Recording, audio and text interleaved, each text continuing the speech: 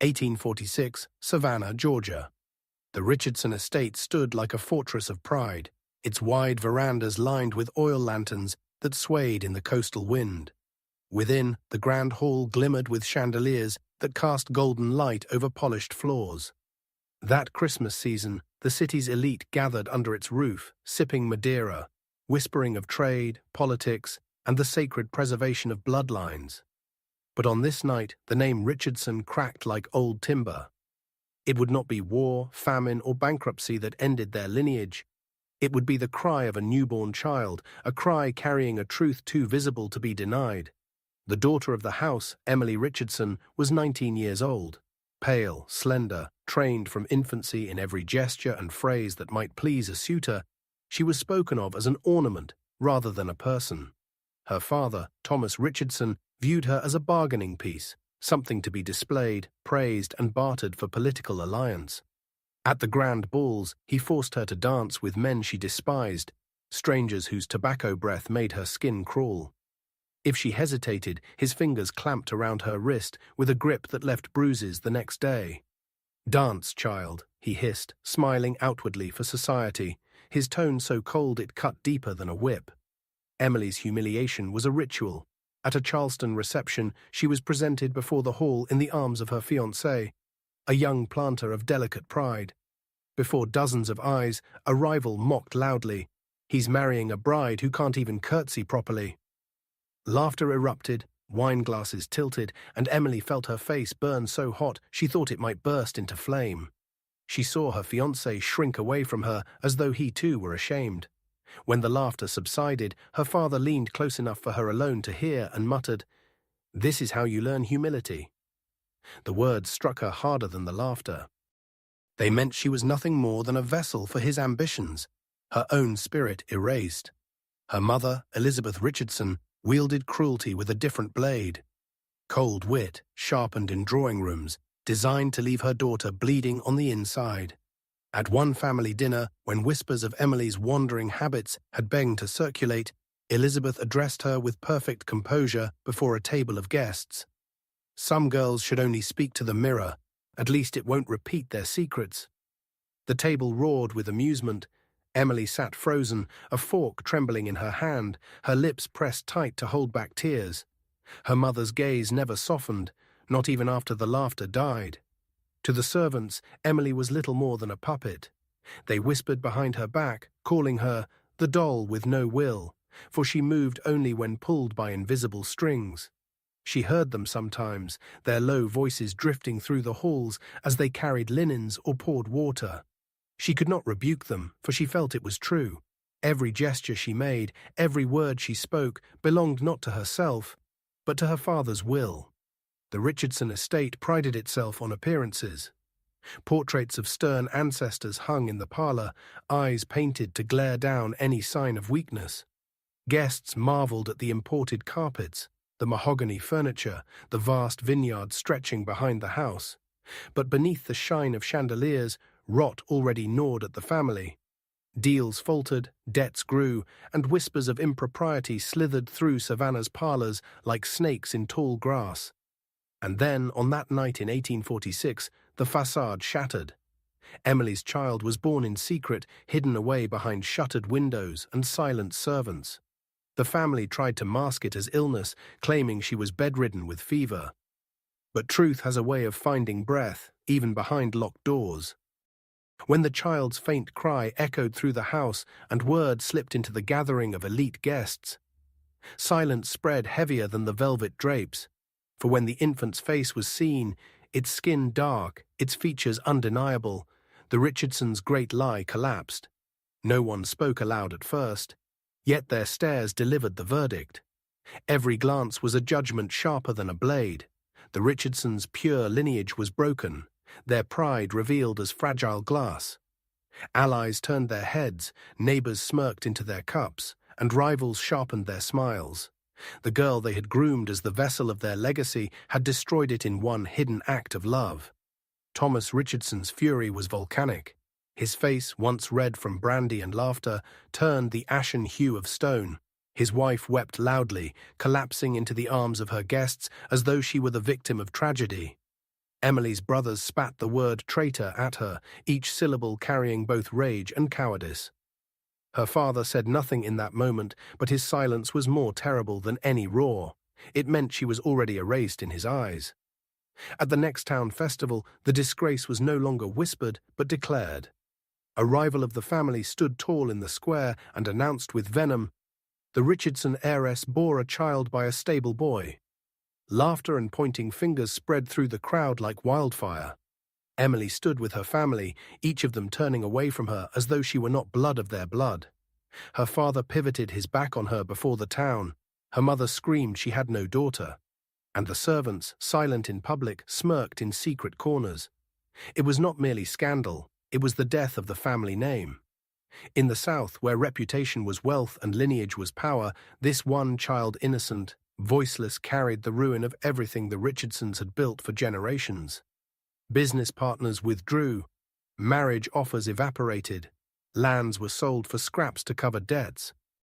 The Richardsons, once among the proud elite of Savannah, became an object of pity, gossip, and ridicule. And Emily, she was left alone, with only the child and the shadow of its father. In one night, she had ended her family's standing, erased their pride, and become the most whispered name in the city, not as a symbol of rebellion, not as a heroine, but as disgrace itself. Yet beneath that disgrace burned something deeper. For Emily knew, though no one else would say it, that the collapse of the Richardson name was not tragedy, it was justice. For all the nights she had been humiliated, for every time her will was broken, for every moment she was forced to be a puppet of her father's ambition, the ruin of their legacy was the only price she could pay to be alive on her own terms. What remained of the family tree was scorched at its roots, not by war, not by famine, but by a daughter who dared to choose love in defiance of the empire built on her silence. On the Richardson estate, the days were ruled by ritual. Each morning began with the clatter of silver trays in the big house, the shuffle of boots across the verandas, and the moans of laborers driven into the fields before the mist had lifted. Emily watched it all from her window, though she was meant to keep her eyes on embroidery. She lived in a house swollen with wealth and pride, but to her it was a cage, every wall whispering of duty and shame. Among those who labored on the estate was Daniel. He was not born on Richardson soil. Rumor said he had been purchased as a boy from Virginia, though no one knew for certain. By the time Emily noticed him, he was 19, the same age as she, assigned to the stables. His life began before dawn and ended only when the horses were fed, the carriages polished, and the overseer satisfied. Any delay, any misstep, was met with the lash or the rod. Yet Daniel bore his punishments with a stillness that unnerved even the cruelest men. He never bowed his head fully, never let his eyes linger on the ground. Emily first noticed him on a summer morning when her younger brother tumbled in the dirt. The boy screamed in anger, more humiliated than hurt. Before the servants nearest could even react, Daniel crossed the yard and lifted the child as if he weighed nothing. The moment passed in seconds, but Emily saw something that froze her. Not merely strength in his arms, but strength in his gaze. He held her brother without fear, without obsequiousness, steady as a mountain. No man in her world, neither the suitors who fawned over her, nor her father's allies who sneered at her clumsiness, possessed a gaze like his. After that, she began to watch him. At first in secrecy, peering from windows as he worked the stables, then more openly as circumstance allowed. When she walked the vineyards or carried books to the garden, her path often bent near the stables, though she told herself it was coincidence. Daniel never spoke out of turn, but his eyes betrayed recognition. There was a silence between them that said more than words ever could. Their first true encounter came beneath the trellis of the vineyard, where shadows wove like nets through clusters of grapes. She had slipped away from a gathering in the parlor, her ears still ringing with her mother's voice, mocking her awkward curtsy before the guests. She thought herself alone until Daniel appeared, carrying a bucket. He stopped, not startled but cautious. For a moment they regarded one another, the daughter of the house in her silks, the stable hand in sweat and dust. Then Emily did something reckless. She asked him his name. "Daniel," he said simply, his voice low, steady. No bow, no false humility, only truth. That night Emily lay awake, hearing the name in her mind as though it were forbidden scripture. Their meetings multiplied, always in shadows. A glance in the courtyard, a brush of hands when he offered her fruit from the orchard, a few words beneath the trellis where vines hid them from watchful eyes. To others, these were nothing, but to Emily they were sparks in a life of cold duty. In those moments, she felt alive, not the puppet of her father's ambition, not the doll her mother ridiculed, but a woman whose heartbeat belonged to her alone. Yet whispers travel faster than footsteps. The servants, sharper than their masters imagined, noticed her long walks in the garden. A kitchen maid smirked when Emily passed. A field hand muttered, "The mistress plays among the vines." Soon the family caught scent of rumor. At a dinner thick with tobacco smoke and the laughter of allies, Elizabeth Richardson chose to strike. "Some girls," she said loudly enough for all to hear, "should only speak to the mirror. At least it will not repeat their secrets." The table chuckled, glances flickering toward Emily. Her father's jaw tightened, but he said nothing, preferring silence to open acknowledgement. Emily's hands trembled on the silverware. She wanted to cry, but she held the tears back until night. That very evening, she found Daniel waiting beneath the trellis. She did not weep in his arms, but the silence between them was heavy with her shame. He said nothing, only stood close enough that she could hear his breathing. To her, that presence was salvation. Weeks bled into months. Their meetings grew more daring. Once, when she stumbled in the vineyard, he caught her before she fell. She felt his hand steadying her waist, strong and careful, and for a fleeting second she leaned against him as though the world had no eyes. Another night she whispered to him of her father's cruelty, the forced dances, the endless humiliations. Daniel listened, his face a stone, his eyes like embers. "They think you belong to them," he said, "but you don't." It was the first time anyone had spoken to her as if she were her own. The bond between them deepened in silence, like roots breaking stone. She had never known love in her house-only duty, mockery and control. With Daniel she discovered a new language, unspoken, dangerous, alive. Every meeting risked discovery. Every glance across the courtyard might have been their last. But she sought it anyway, because in those moments she was more than her father's pawn, more than her mother's disappointment. She was Emily, and he was Daniel. And for a heartbeat, the world could not touch them. But Savannah's society was built on whispers, and whispers had already begun to swell into rumors. Emily did not yet know it, but her family's pride was already cracking under the weight of a secret that could not be contained forever. When Emily's body began to change, the Richardson estate fell into a silence more suffocating than any storm. Servants were ordered never to speak of it, windows were shuttered, and visitors were turned away with murmurs of illness. Emily, 19 and already weary from years of humiliation, found herself imprisoned within her own room. Curtains were drawn tight to keep out the eyes of the world. She paced the length of the chamber like a bird bruising its wings against the bars of a gilded cage. Her mother, Elizabeth, visited daily, not with comfort, but with scorn. "Do you understand what you have done?" she hissed, her hands gripping the armrest of Emily's chair. "You have dragged us into the mud. Your father built this house, this name, and you—" She stopped, her voice breaking into sobs, though not for her daughter. Her tears were for the death of status, for the end of whispered admiration at Savannah's grand dinners.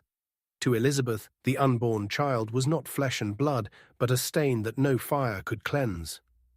Her father was worse. Thomas Richardson never shouted. His silence was heavier, the silence of a judge whose verdict was already written. He refused to look at her when he entered, refused to speak her name. Once, standing in the doorway, he muttered only this: "Better you had died as an infant than lived to do this." Then he turned away, leaving her to choke on her own breath. The months crawled forward. Servants passed food through the door like jailers. Emily lay awake at night, one hand on her growing belly, whispering Daniel's name into the darkness. She imagined him in the stables, sleeping on straw, unaware of her confinement. She clung to the memory of his gaze, the one thing in her life that had never looked at her with contempt. It was for that gaze and for the life it had kindled within her that she endured. When the child came, the house trembled with fear. No doctor from Savannah was called, lest he carry gossip beyond the gates. Instead, a midwife was brought in secret, an old woman whose face was lined with both time and silence. Through the long night, Emily screamed, her cries smothered by pillows lest the guests hear. At dawn, the infant's voice joined hers, a thin wail, small yet unignorable. The midwife laid the child in Emily's arms. For a moment, Emily knew only wonder, tiny fingers grasping at the air, eyes closed tight, breath quick and fragile. But then the midwife's silence deepened. She looked at the child, then at Emily, then away. The skin, the features, there was no denying it. The child bore the mark of Daniel's blood.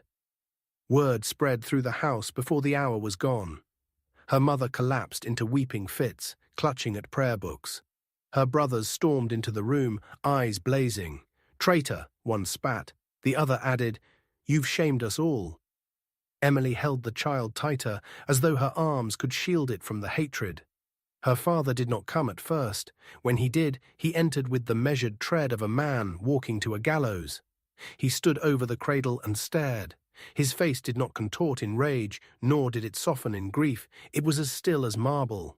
Finally, he turned his back and left without a word. That gesture was worse than any curse. He had disowned her, erased her existence. The Richardsons attempted secrecy, but Savannah thrived on whispers. The sight of shuttered windows, of carriages turned away, of servants silenced too harshly, fed the city's hunger for scandal. It took only weeks before rumors spilled into the streets that Emily was not ill, but hiding, that she had borne a child not of her class. Every whisper carried the story farther, sharpening it with each telling. The final blow came at the town festival. The Richardsons, desperate to preserve some shred of their standing, appeared in public, dressed in finery, their faces hard as stone. Emily walked among them, her head bowed, the child left hidden at home. For a while the crowd only stared. Then one rival, long jealous of the family's lands, rose above the murmur and declared, "The Richardson heiress bore a child by a stable boy." The words cracked like thunder, gasps rippled, followed by laughter, sharp, cruel, triumphant. Fingers pointed, fans fluttered to conceal smirks, allies drifted away like rats from a sinking ship. Emily's mother screamed, "I have no daughter," before the crowd. Her brothers turned their faces from her, and her father, Thomas Richardson, pivoted his back deliberately, leaving her standing alone in the square, shamed before all. Emily's body burned with humiliation, but she did not cry. She felt instead a strange stillness, as if her heart had been carved from ice. The world had passed judgment. The Richardsons' name, once heavy with pride, was now a punchline. Neighbors feasted on the family's ruin. Servants smirked when no one was looking, and Emily stood silent, clutching the memory of Daniel's gaze, knowing that though the world cursed her, her child was proof of a love stronger than their contempt. What followed was swift decay. Business deals collapsed. Former allies withdrew. Land was sold off piece by piece until the estate shrank to a shadow of its former self. By year's end, the Richardson family was a husk, hollowed not by war or famine, but by a secret they could not erase. For Savannah, Emily was forever the symbol of disgrace, the heiress who bore a child that ended a dynasty. For her family, she was the betrayal that burned their legacy to ash. But for herself, for the young woman who had endured years of humiliation and silence, she was something else entirely. She was the only Richardson who had ever dared to pay the price of love with the ruin of everything her ancestors had built. The Richardson name did not fall with a roar, but with the slow groan of a house eaten from within. After Emily's child was born, after the festival humiliation where Savannah laughed at their shame, the collapse became inevitable. What had taken generations to build unraveled in a single season. Business partners who once toasted Thomas Richardson now turned their backs. Creditors arrived with polite smiles and harsh demands. Promises of marriage alliances vanished. Men who once courted Emily whispered her name only as warning. The family's vast vineyards, once a symbol of pride, were sold piece by piece to cover debts. Wagons rolled away carrying barrels, tools, even furniture from the big house. Each sale stripped another layer of dignity. Neighbors watched with satisfaction. For years the Richardsons had strutted as though untouchable, boasting of purity, of lineage untainted by scandal. Now that very purity had been shattered by Emily's child. Rivals whispered, better to have lost land than to have lost blood. Allies shook their heads and muttered of divine punishment. Within months, the Richardsons were no longer spoken of as power, but as pity. Inside the estate, the family tore itself apart. Emily's mother withdrew into a chamber heavy with incense and prayer, weeping not for her daughter, but for her own humiliation. Her brothers cursed her openly, blaming her for every deal that failed, every acre lost. Her father moved through the house like a ghost, silent, his gaze hard as stone. He never spoke to Emily again. For him she had ceased to exist. And yet Emily did not break. In the ruins of her family's pride, she found a strange freedom. She no longer attended balls where her clumsiness was mocked, no longer bowed to her father's commands. She spent her days with Daniel and their child, hidden away from Savannah's eyes, but real in a way her former life had never been. Daniel remained at the stables, though the horses were fewer now, the carriages sold. He still labored under the overseer's lash, but Emily saw him not as property, but as the man who had lifted her from silence. Their moments together were few, stolen at dusk, but they were hers. And when she held their child dark-eyed, fragile, alive, she felt she had given the world something her ancestors never could. Truth. For the Richardson family, Emily's choice was ruin. For Emily, it was life. By 1848, the estate was a shell. Fields lay untended, the vineyard overgrown, the great house crumbling. The Richardsons, once spoken of with envy, were now remembered only for disgrace. Emily bore the weight of that memory in silence. To Savannah's elite, she was the fallen heiress, the girl who destroyed her lineage. But in her heart, she was something more, the only Richardson who had dared to pay the price of love. History would not remember her kindly. The city's records called her a cautionary tale, a warning to families about what happens when daughters stray. But whispers in the shadows told a different story, that of a woman who chose a man of strength over a father of cruelty, a mother of scorn, a family of pride. The family name ended not in glory, not in wealth, not in purity, but in disgrace. Yet Emily carried within her arms the one thing no scandal could erase, a child who was both her downfall and her redemption. In the memory of Savannah, she remained a symbol of ruin. In her own,